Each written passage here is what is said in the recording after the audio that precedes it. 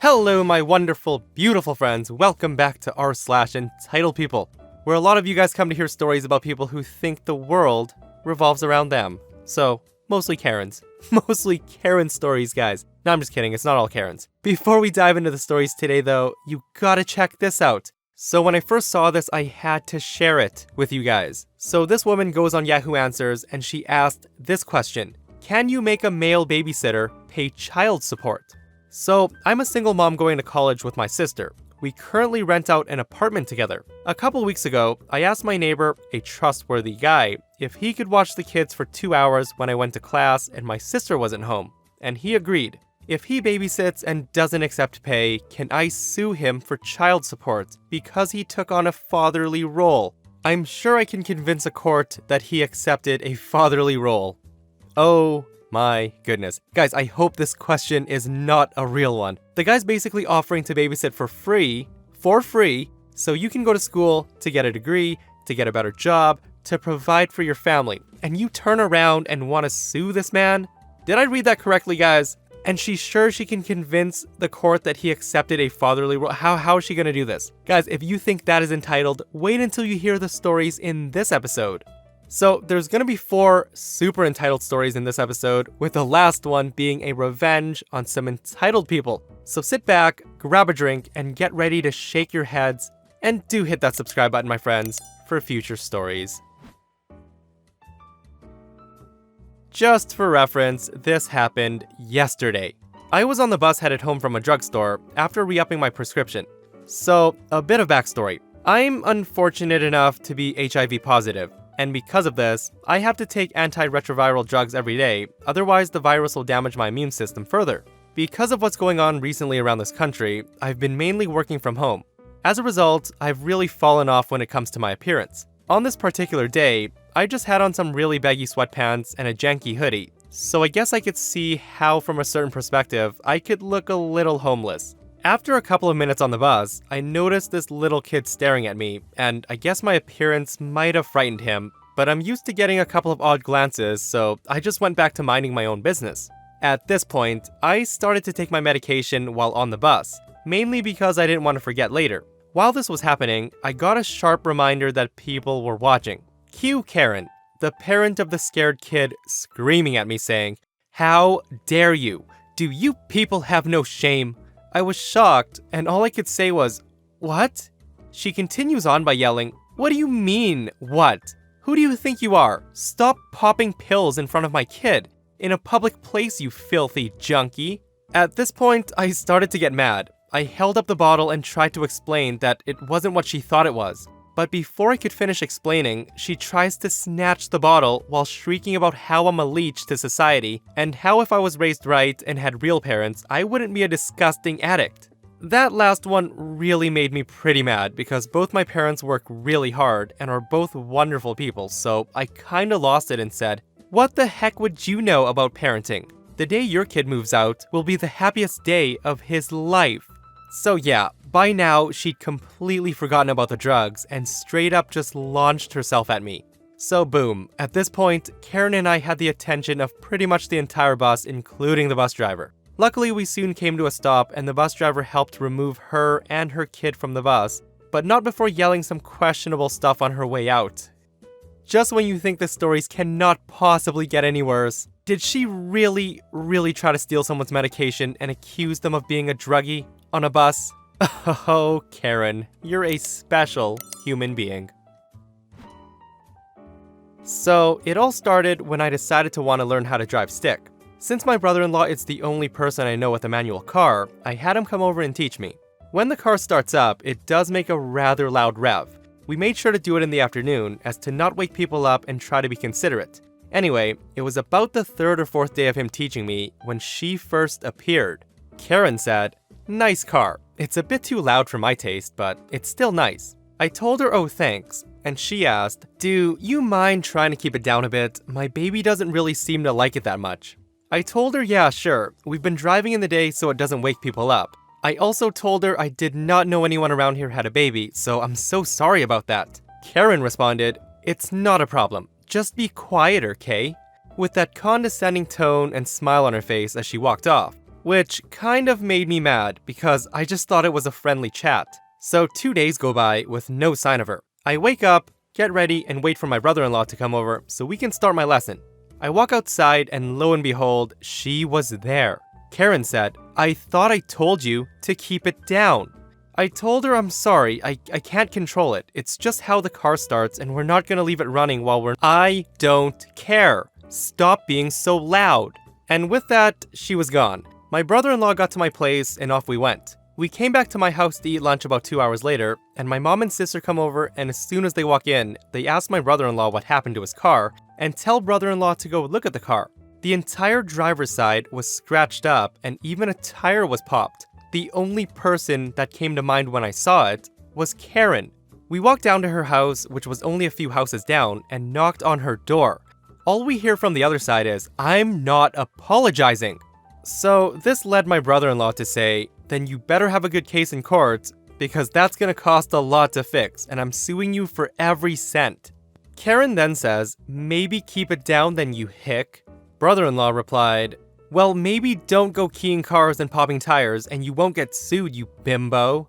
And this went on for about 20 minutes. We head back, call the police, and get everything ready for what was about to come. As soon as they get there, we started to explain what happened. How I was learning stick, how the car was, we showed them the damages, told them what Karen said, etc. After a while, we walked with police to her house, and it went down about as well as you can expect.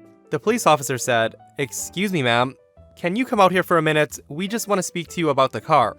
Karen said, "I'm not apologizing. I told them to keep it down, and they didn't. They deserve it."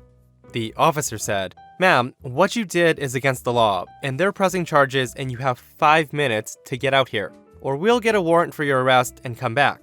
Karen says, "Nice try, but I'm not stupid. I know my rights, and you're not allowed to enter my home without consent or a search warrant." The police officer told her that's only partially true. They can't search her home without a warrant. However, if they do have a warrant for her arrest, they can legally enter the home and place her into custody. She was stubborn. Again, they went back and forth for a bit. After the allotted time set, we went back to my house, the cops left to get a warrant, and we waited. Currently, the lawsuit's in order and the trial is in a few days. And she is in police custody. I've never found it easier to drive stick shift, knowing I won't have to deal with her condescending ways and tones. I really don't understand how Karen gets so worked up over this. OP and his brother-in-law aren't sitting in front of her house revving the engine purposely to make noise. They start it and they most likely drive away. Some people can be so malicious. Like, yeah, the car's loud, you have a baby, etc., but that doesn't give you the right to go keying someone's car and damaging their property.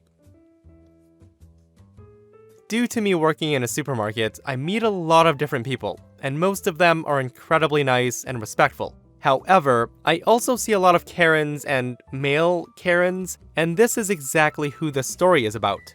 It was midweek, and I was working the tills when a man, the entitled dad, and his son approached and began loading their shopping.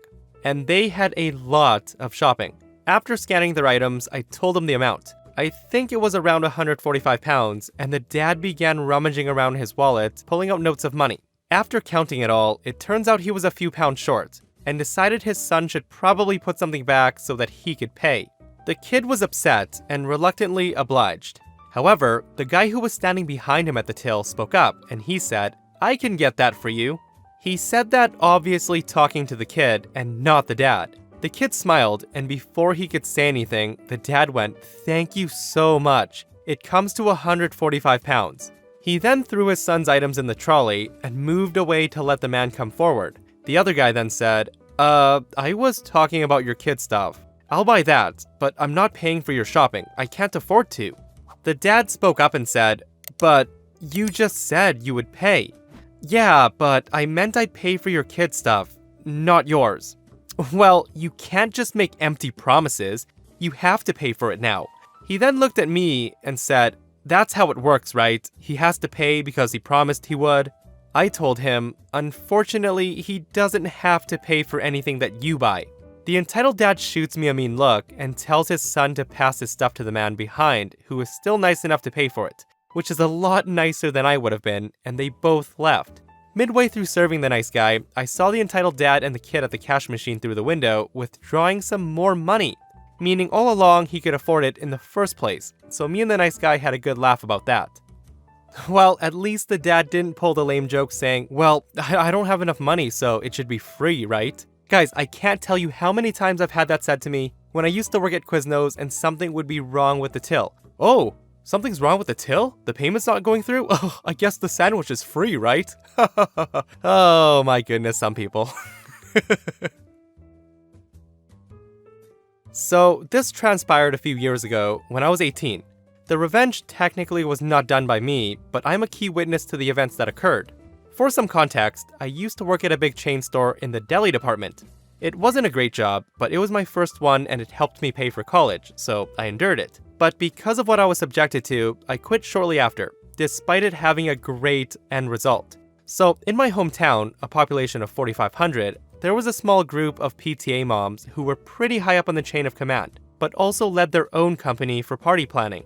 They're known mostly for the fact that their daughters are all best friends and are straight A 4.0 students, and all three were supposed to be valedictorians. I knew them mostly because they were the we hate drama crowd, but always spread drama about people. Not just that, but all three daughters were accepted to Ivy League schools on a full ride scholarship. The one fault they had, besides the drama, was that they were really arrogant, entitled, prideful people, and were incredibly rude to anyone who wasn't rich or even super in shape. Well, one day, they come in asking for 300 pieces of fried chicken and 200 pinwheel sandwiches. For anyone who's ever worked in any capacity of retail food, you'll know that for an order that big, we need at least a couple of days' notice to order more inventory and actually cook everything on time. Not to mention, I was the only one left for the night, so their order would have been impossible anyway. Well, these ladies thought they could just pick it up on the spot. To ensure food quality, I told them they would need to fill out an order form and that it would be a couple of days, and they flipped their lids. I'm not talking a small sigh in disbelief. I'm talking vague threats to actually have me not walk during graduation. Here's how the talk basically went. PTA mom number 1 said, I need this food today. We're the party planners of the lake party you probably didn't get invited to, and the party's in 2 hours. I told her, I'm sorry, but we literally don't have the staff or the time for that right now. I'm more than happy to make you a 96 piece, but it'll take about half an hour. PTA mom number 2 said, you think that's funny? Do you think what I'm saying is a joke? Do you know who I am? I told her that no, I don't. And PTA mom number 1 says, yeah, we're the official party planners of hometown. We also run the high school PTA, so our daughters probably know you. You don't want your image tarnished, do you?